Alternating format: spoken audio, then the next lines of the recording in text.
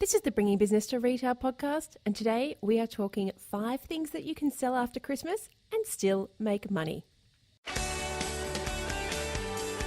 Welcome to the Bringing Business to Retail podcast on SelenaKnight.com. Stay ahead of the competition by opening your doors to business experts so you can learn, grow, and be inspired.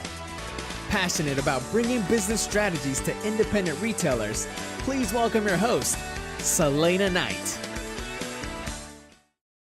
Hey there, and welcome to the show. I'm Selena Knight, the retail strategist, and oh my goodness, I cannot believe that we are less than a week out until Christmas Day.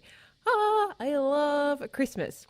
Now, as I record this intro, which I usually tend to record about a week before the episode, as I record this, I am literally packing up, getting ready to head down the coast to our holiday house for a week and come back just before Christmas.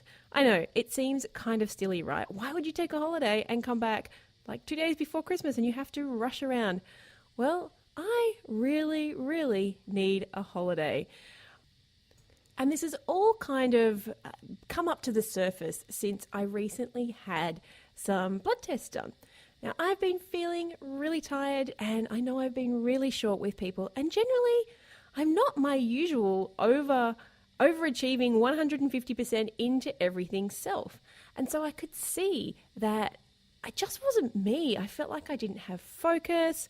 I felt like I wasn't even interested anymore, even though I was, and I felt like I was letting myself down because if you are an overachiever like me, you feel like you have to give everything 150%. You demand more from yourself than anybody else ever would. So when you're not feeling 100% or 150% as the case may be, it's kind of a sign that something might be wrong. And I know that I was just using excuses for how I felt. When I went over to America in September, I was using that, it's the jet lag, that's why I feel so tired. And then when I came back, it was, it's the jet lag, I'm feeling so tired, the time zone change. And then it was, we've been really busy, we had a launch. Everything just seemed to be having an excuse. And then I got a cold, so it was that. And I kind of realized a few weeks ago that I seemed to be going from excuse to excuse to excuse on why I didn't feel so great. And at that point, you kind of have to realize that something might be wrong. So off I went to the doctor. I was actually worried about my thyroid. So I said to my lovely integrative doctor, hey, can you check my thyroid? Here's what's going on with me. So she did, and turns out it's not my thyroid. It is actually something a little bit different and something that sounds a lot worse than what it actually is. So when you get told you have stage 2 liver failure, you kind of freak out a little bit, right? But don't worry, it is way worse than it sounds. This is something that, look after yourself, maintain your health and don't get too stressed and don't overwork yourself and you're going to be just fine. So that is me. But I have to say that it was really nice to see that there was a diagnosis behind the way I felt. And if you have gotten to this point of the year and you are feeling like that, but you've been making excuses for the last 2 months or 3 months or 6 months, I do urge you to go to the doctor or go to the naturopath and actually just check out and make sure that you're okay, because your health is not something to be messed around with. It is way harder to get your health back than it is to just keep yourself in tip-top shape.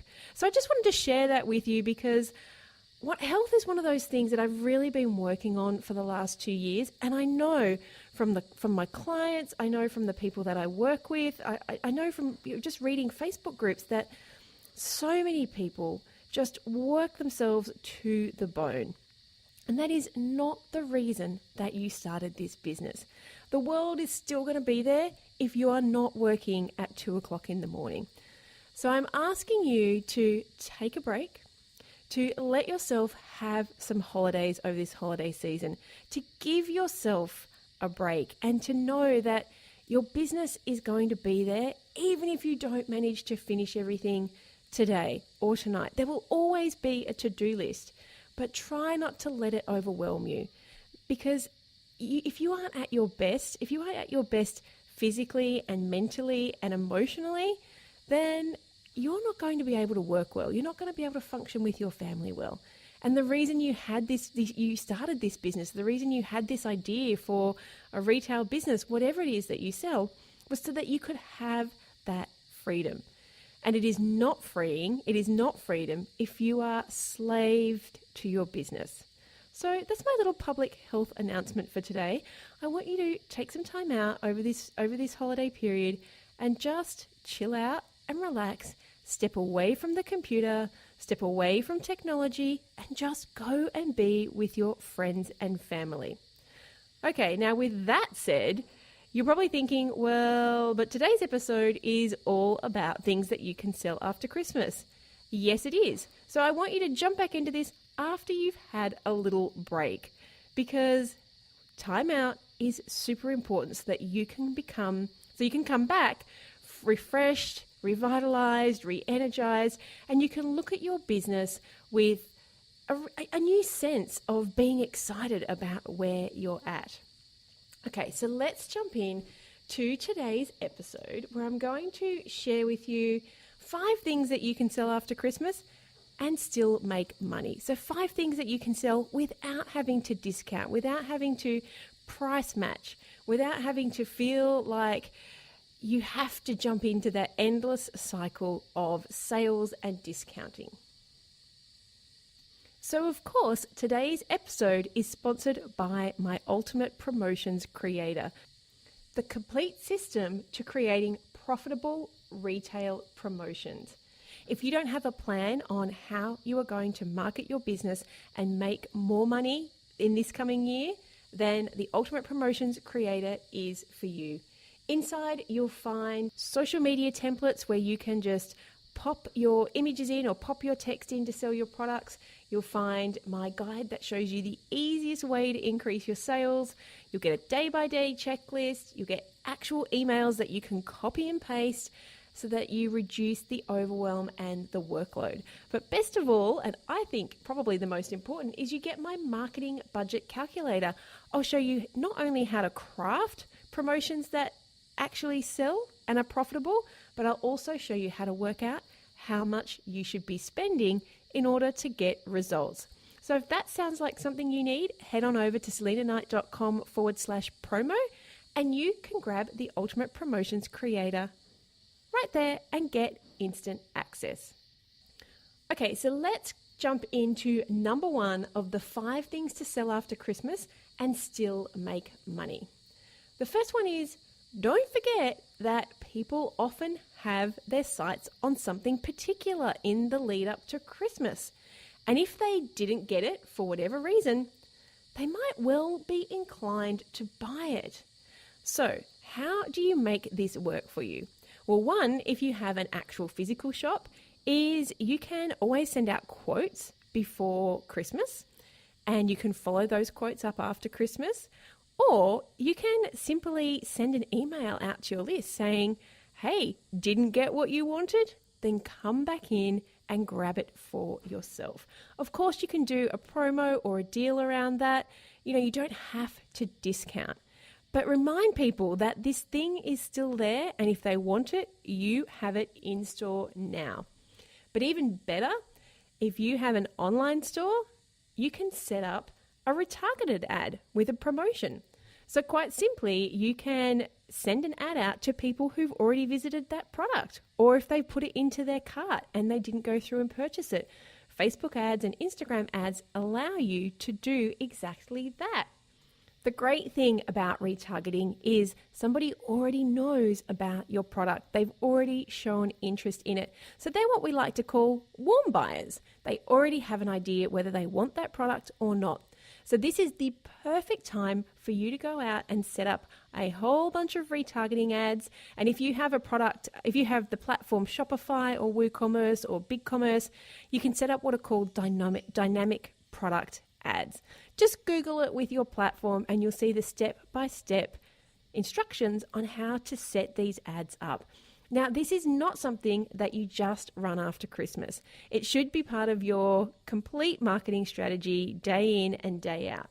But if you're looking for an excuse to get started, post-Christmas gifts that people did not receive is the perfect place for you to try your hand at retargeting ads.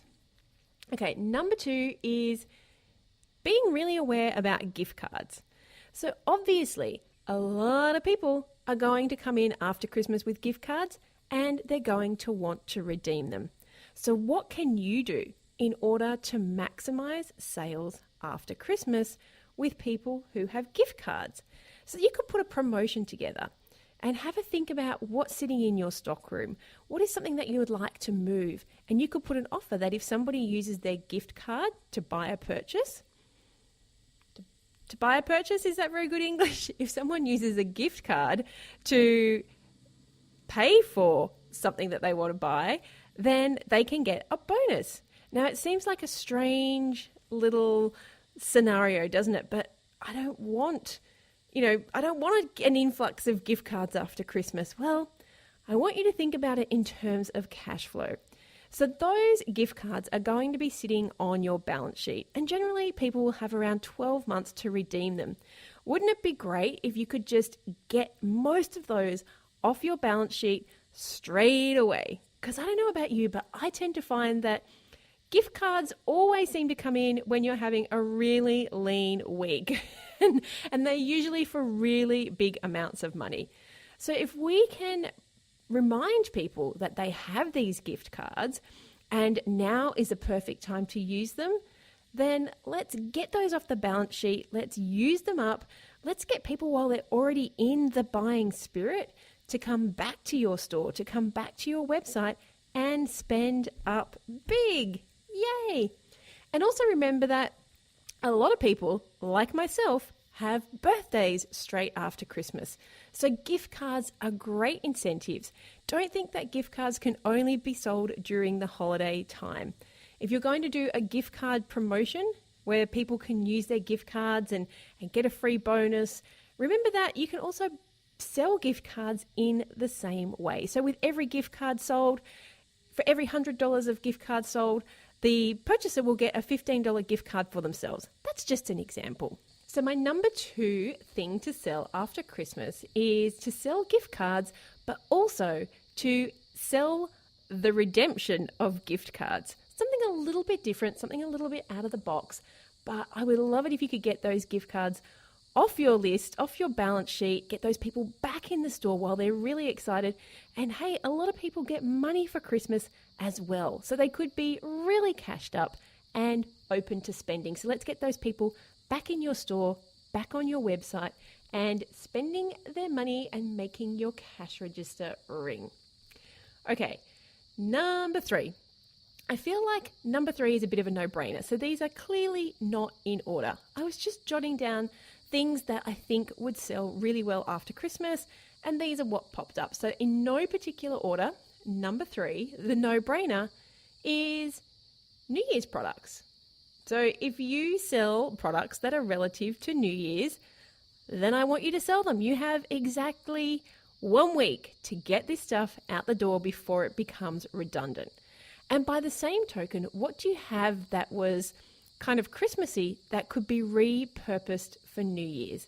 You know, maybe you've got some silver bunting or gold bunting, something along those lines. Now, customers quite often can't see that. So it is up to you to say to them, hey, we've reduced this stock because it's Christmas stock, but here's a great way that you could use it for New Year's. And maybe you could even do some little videos, you could do some blog posts, you could do some stuff on social about how to repurpose some stock that is a little bit redundant or a lot redundant and use it for New Year's. So my number 3 thing to sell after Christmas is New Year's products. Ta-da! Okay, number 4, back on the New Year's theme. New Year's resolutions. I want you to think about what you can do to help someone keep their New Year's resolution. So, of course, the first things that come to mind are losing weight, getting more exercise, self-care and looking after yourself. Maybe it's even reading more books. So how can you help somebody keep their New Year's resolution to themselves? What kind of New Year's resolutions are your customers going to be making? And here is a way that you can interact with them on social media. Go out and ask them. Ask them what their New Year's resolutions are. What are the gifts to themselves that they want to give? What do they want to change in their lives for the new year? And take that information and go and create a product out of it. And then sell the product. Sounds really easy, right? But if you are in those key areas, diet, exercise, self-care, reading. I'm sure there are a lot more. Those are the ones that popped into my head. But if you're in any of those industries, then this is the prime time to be reminding people and to be really encouraging them on how they can keep their New Year's resolutions. So don't go all doubter and, don't miss out on your New Year's resolutions this year. I want you to be encouraging. And in fact, you could even go through and create a little email funnel that helps people to get their New Year's resolution and keep it. So maybe you have a athletic store and you know that people want to start running for the new year. So you could use this as a lead generation tool. You could put together a series of emails that shows people how to get from 0 to 5 kilometers in 12 weeks. And every couple of days you send them an email or a tip that shows them how they can stay on track for keeping their goals. And when you do this, not only will you get more people on your customer database, but B, people are going to love you for it because you're not just selling to them. You're giving them advice and you're helping them change their lives for the better. So I want you to have a think about that one. What are your customers' New Year's resolutions? Maybe head onto social media and ask them and see how you can help them achieve those goals. Okay, and number 5. Here in Australia, our kids are on holidays from school for 6 weeks. 6 weeks in the middle of summer. And it can be really hard to keep kids of any age entertained and interested, especially when you have to work. So, if you have any products that can keep children interested and ease a parent's soul during this time, I want you to promote that. Because if I got your email on how to keep my sanity 3/4 of the way through the holidays, I am going to be opening your email. If you're telling me about products that are going to keep my kid entertained or show me how I can spend time with my child to actually enjoy it and not be doing something that I can't stand doing and that they love doing. And the first thing that comes to mind is something like baking. Maybe you could send out some recipes for parents to make with their kids. So really simple, easy things that are going to be healthy and enjoyable. Preferably not too much cleanup at the end. I'm a one bowl kind of lady. Wash it up at the end, let the kids lick it, wash it up, all done and dusted. But if you have some of those up your sleeve, then you need to be sharing them with your customers if that's who your customer is. And likewise, if you are in the Northern Hemisphere and it is freezing cold and you've got holiday upon holiday, what can people be doing inside to spend time with their family and friends and still keep sane? I know that in the Northern Hemisphere, you don't take your big 6 weeks off in summer, at Christmas time in summer like we do because your summer is at a different time of year. But just think about what's going on in your customers' lives and how can you reduce the stress and make their life a little bit easier. So let's just do a quick recap on those 5 things that you can sell after Christmas without going on sale and still make money. So number 1 is things that people wanted to buy and didn't receive as gifts. Number 2 is offering some kind of promotion to get people to come in and redeem those gift cards that they got for Christmas and hopefully spend up a little bit more, or even selling gift cards to people like me whose birthdays are just after Christmas. Number 3, no-brainer, anything New Year's related or that can be repurposed to be available for New Year's celebrations. Number 4 is really backing your customers with their New Year's resolutions. How can you help them to maintain and achieve those goals they're going to set for themselves? And number 5 is anything that you can sell that will ease your customer's mind over the busy post-holiday period. So in my case, anything that's going to help me keep my kid entertained. Now, I just want to touch on one more thing, which is not a tip on what you can sell, but it is really relevant. And that is anything that you have that is Christmasified, that's my made-up word, that is Christmas themed, needs to be gone within 10 days after Christmas. Because a couple of things happen.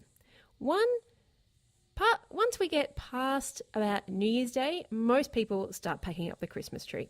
So if you have not sold off your Christmas themed stock by then, you're really going to be struggling to push it anytime afterwards.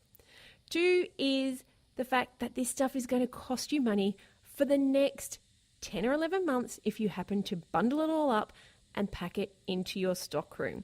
Now, you've probably heard me use this example before, but if you say have a Christmas stocking that you would sell for $40 and you've got a few left over and you haven't been able to move them. Let's just say you buy them for $20 and you sell them for $40.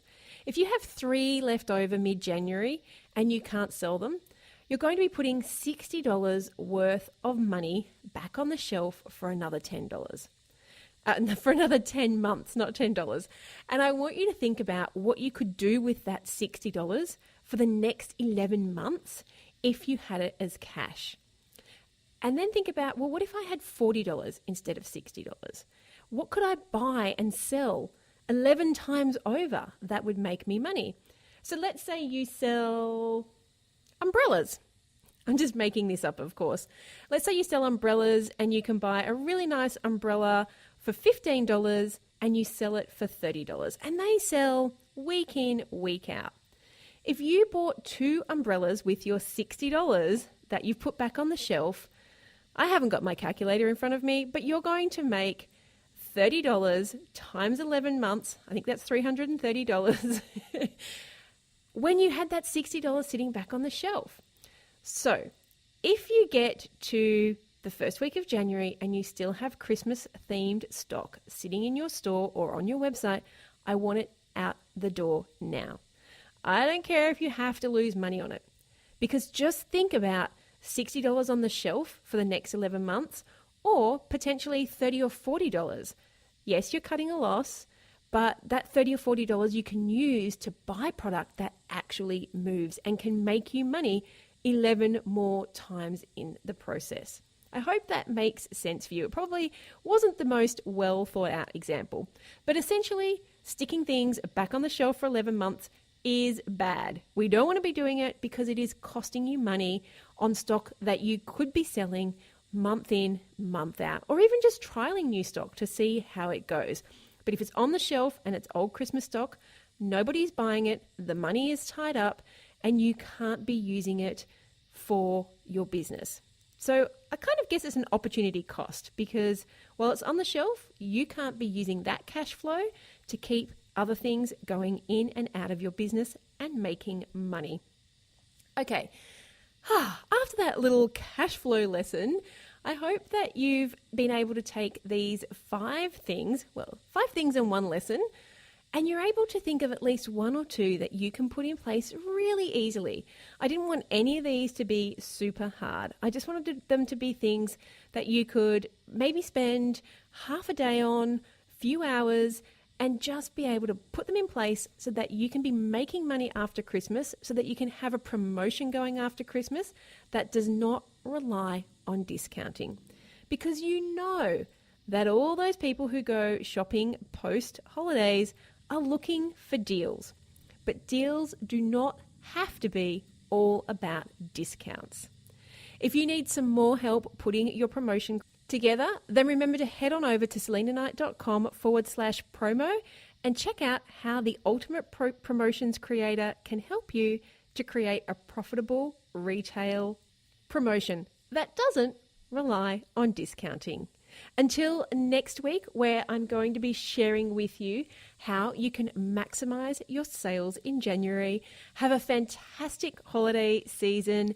Stay safe, travel safe, and come back rested and relaxed. And I'll see you on the next episode.